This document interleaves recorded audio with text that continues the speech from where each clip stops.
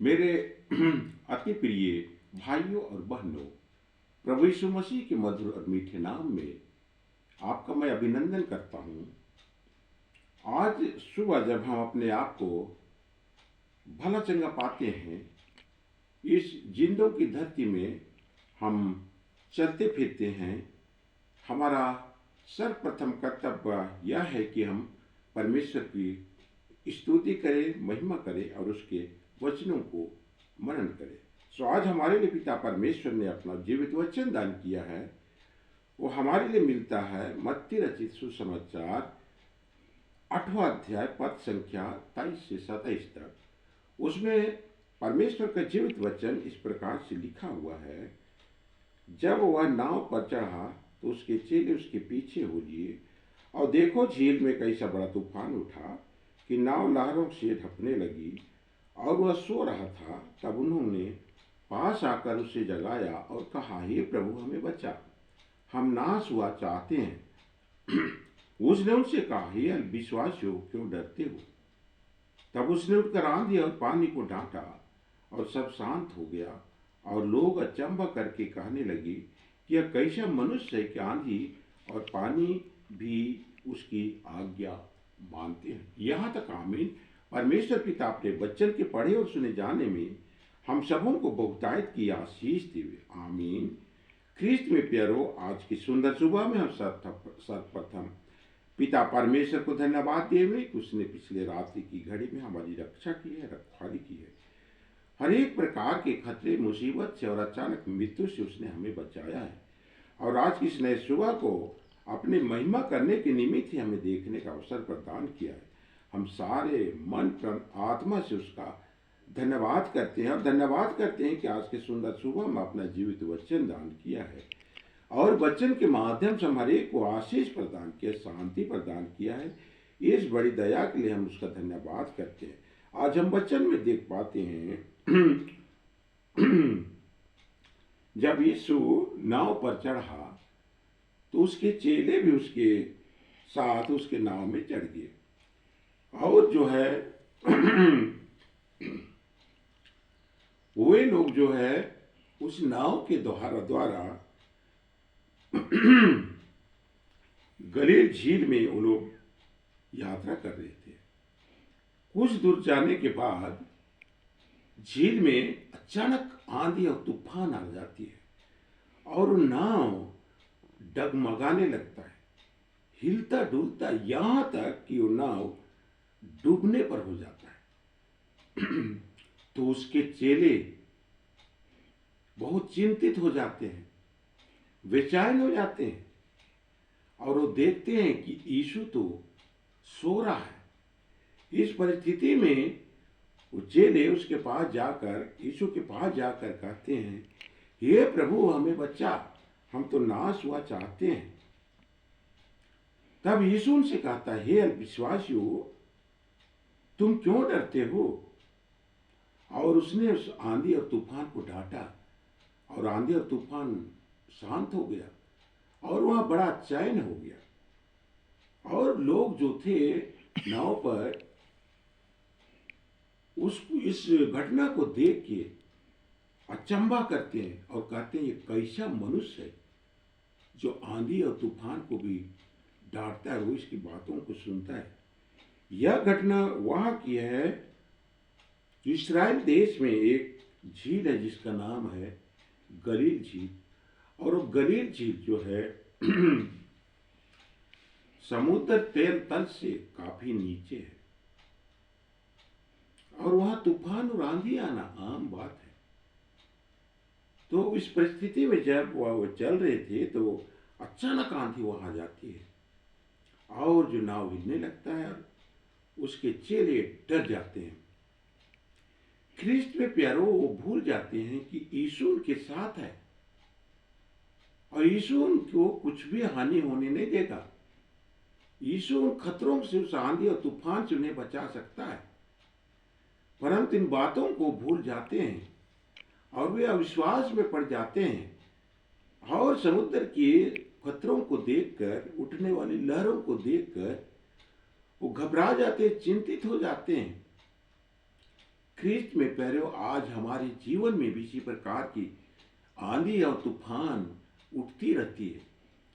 कई एक किस्म की आंधी हमारे सामने आती है और हम भूल जाते हैं कि हमारे साथ यीशु है, जो हमें सब समस्याओं से, सब तूफानों से वो हमें बचा सकता है, बचाता है। आज हमारे अंदर बीमारी का जो आंधी और तूफान है, हमारे जीवन में लड़ाई और झगड़े का तूफान है, बच्चों की परेशानी का तूफान है, आज हमारे अंदर जो क्रोध की भावना का तूफान है, ईर्ष्या की भावना का तूफान है, लोभ और लालच की भावना का तूफान है। आज हम इन सारी बातों को देख के हम घबरा जाते हैं, डर जाते हैं और हम ये भूल जाते हैं कि हमारे साथ यीशु है। आज हमारे अंदर दुष्ट आत्मा है, लोभ और लालच का तूफान है, बच्चों की नौकरी नहीं है, शादी ब्याह नहीं है हो रहा है। हम ये सारी समस्याओं को जो देख के, जो तो एक तूफान की तरह है, हम चिंतित और घबरा जाते हैं और गलत रास्ते में हम भटक जाते हैं और आज हम भूल जाते हैं कि यीशु हमारे साथ है। आज हमें गौर करने की आवश्यकता है कि हमारे साथ यीशु है और वो हमें हर खतरे और मुसीबत से बाहर निकालेगा। इसलिए भजनकार भजन संहिता 23 और उसका 4 पद में वो इस प्रकार से कहता है, यहां पर लिखा हुआ है,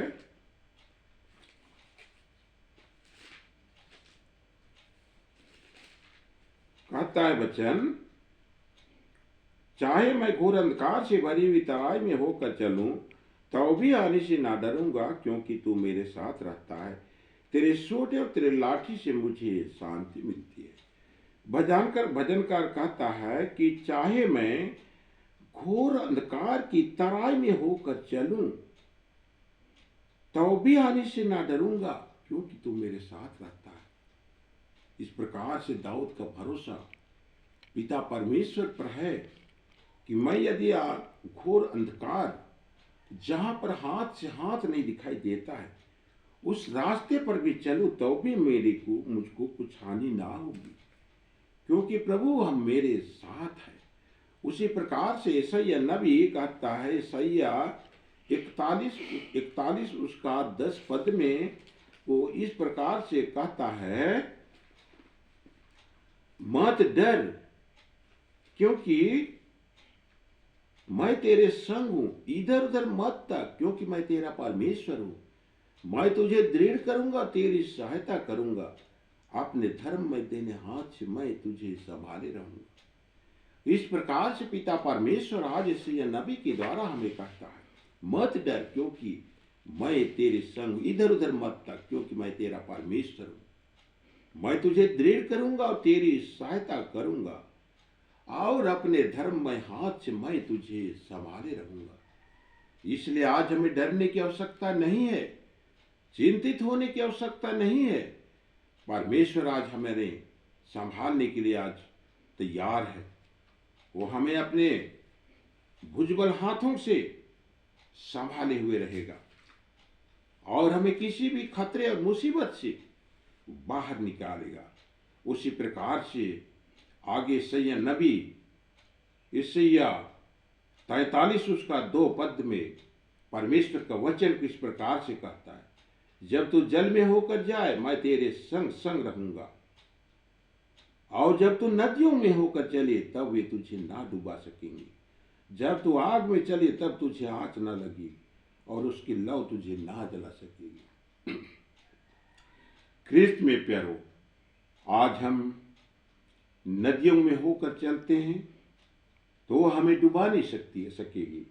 आग में हम जाते हैं तो आग का आंच हमें नहीं लगेगी और उसकी लौ हमें नहीं जला पाएगी, क्योंकि प्रभु यीशु मसीह हमारे साथ है और हमें हर खतरे और मुसीबत से बचाता है।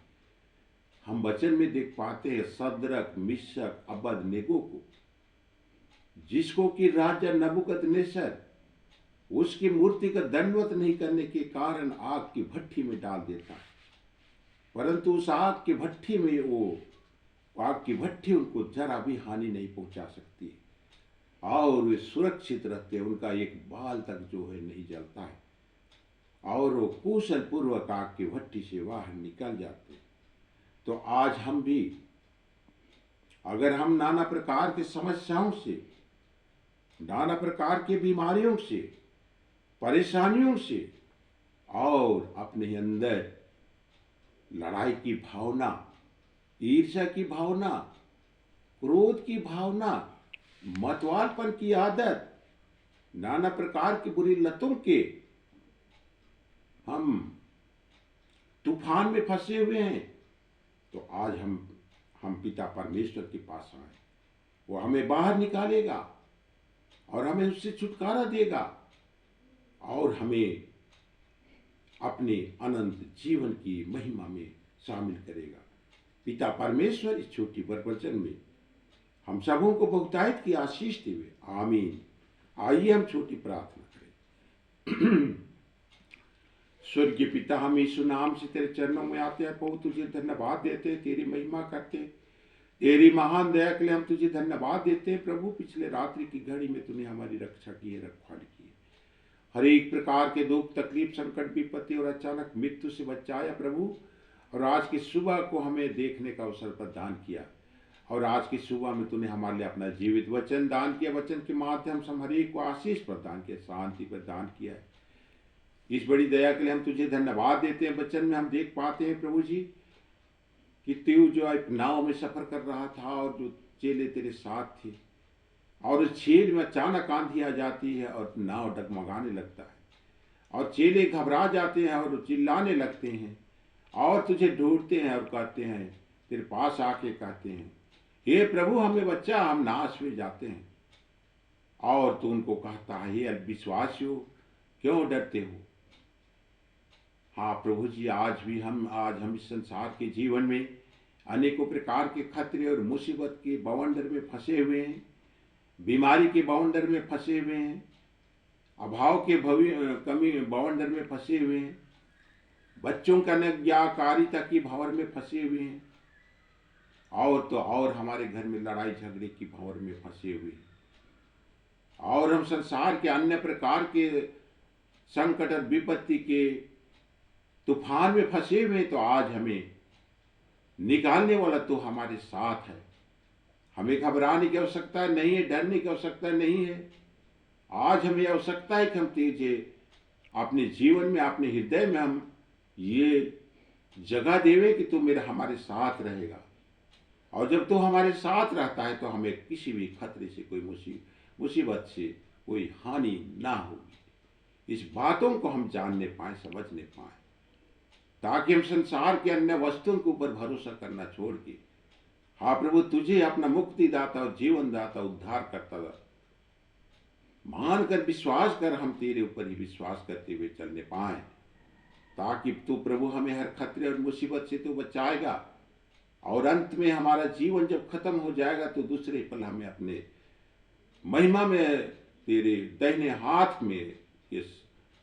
हाथ में स्वर्ग राज में जगह प्रदान करेगा और हम तेरी महिमा करते हुए, तेरी स्तुति करते हुए अपना वहां निवास करने पाएंगे। पिता परमेश्वर, आज हमारे सुनने वाले कितने लोग जो किडनी रोग से परेशान हैं, हृदय रोग से ग्रसित है, लकवाग्रस्त है, माइग्रेशन का बीमारी है, यीशु नाम में हर एक बीमारी आज उनके शरीर से निकल जाओ। हर एक प्रकार की बुरी आदतें, मतवालपन, पियंकड़ और नाना प्रकार की बुरी आदतें, डिप्रेशन की समस्याएं, यीशु नाम उनके जीवन से निकल जाओ। हर एक को, बच्चों को जिसका शादी नहीं हुआ, आज उनका शादी होने पाए। हर एक को, जवान युवती जिसको नौकरी नहीं मिला है, आज उनको नौकरी मिलने पाए। हर एक छोटे बच्चे जो कि बीमारी में हैं, वो आज चंगे होने पाए। हर एक छोटे बच्चे जो बहुत रोते हैं और नाना प्रकार की समस्याओं से पीड़ित हैं, यीशु नाम में उनका हर रोग आज दूर होने पाए। पढ़ने लिखने वाले बच्चे तेरे डर और भय में बढ़ने पाए। हर एक जवान जुआती, हर एक हमारे सुनने वालों का आज जो होगी शादी का सालगिरह है, यीशु नाम में हम उनके शादी का सालगिरह को आशीष प्रदान करते हैं और उनको हम मुबारक देते हैं। और जिनका जन्मदिन है, यीशु नाम में उनकी लंबी आयु की हम कामना करते हैं। हर एक प्रकार की अभाव आज उनके जीवन से दूर हो जाओ। हर एक प्रकार की दुष्टात्मा उनके शरीर से, मन से, आत्मा से निकल जाओ और फिर कभी उनके ऊपर वापस ना आने पाए। हर एक प्रकार का शांति उनके जीवन से दूर हो जाओ। यीशु नाम उनके जीवन में आज खुशी आने पाए। पिता परमेश्वर की शांति, पवित्र आत्मा की खुशी, स्वर्ग की शांति और स्वर्ग की रोशनी से आज उनका, हमारे सुनने वालों का जीवन भर जाए। हमें दीनहीन प्रार्थना अभी तेरे बेटे यीशु मसीह के सामर्थ्य और पवित्र नाम में लाते, दया से सुन ले और स्वर्ग राज में अपनी ही महिमा के लिए ग्रहण कर। आमीन। परमेश्वर पिता आप सबों को बहुतायत की आशीष देवे। आमीन।